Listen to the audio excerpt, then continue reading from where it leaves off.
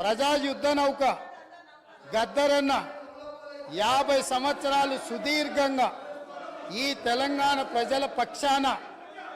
గలం విప్పి గచ్చగట్టి గొంగళేసుకొని తండాలలో గూడాలలో మారుమూల పల్లెల్లో ఈ దేశంలోనే 100 కోట్ల ప్రజలను ప్రభావితం చేయగలిగిన గద్దరన్న ఆనాటి ముఖ్యమంత్రి గారిని కలవడానికి ఆ ప్రగతి భవన్ గేట్ల ముందు ఎర్రటెండలో మండుతుంటే అక్కడ గంటల కొద్దీ నిలబడితే ఈ తెలంగాణ యుద్ధ నౌక ఈ తెలంగాణ పోరాటానికి తెలంగాణ ప్రజల యొక్క ఆత్మగౌరవమైన గద్దరన్నకే ప్రవేశం లేని ప్రగతి భవన్ను ఇవాళ బద్దలు కొట్టి నా 4 కోట్ల తెలంగాణ ప్రజలు ఎప్పుడు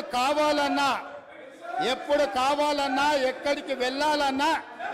ఆ ప్రగతి భవన్లు గేట్లను ఇనుప కంచెల్ని బద్దలు కొట్టిన ప్రభుత్వం మా ప్రభుత్వం, ప్రజలెన్నుకున్న ప్రభుత్వం,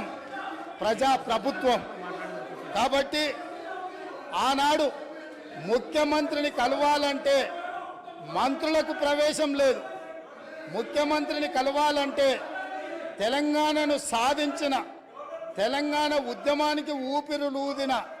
గద్దరన్నకు ప్రవేశం లేదు. కానీ ఈనాడు దళితులు, గిరిజనులు, బలహీన వర్గాలు, మైనారిటీలు, మహిళలు ఎవరైనా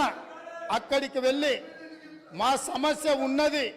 అనంటే ఈ ప్రభుత్వం వినడానికి సిద్ధంగా ఉన్నది అని చెప్పి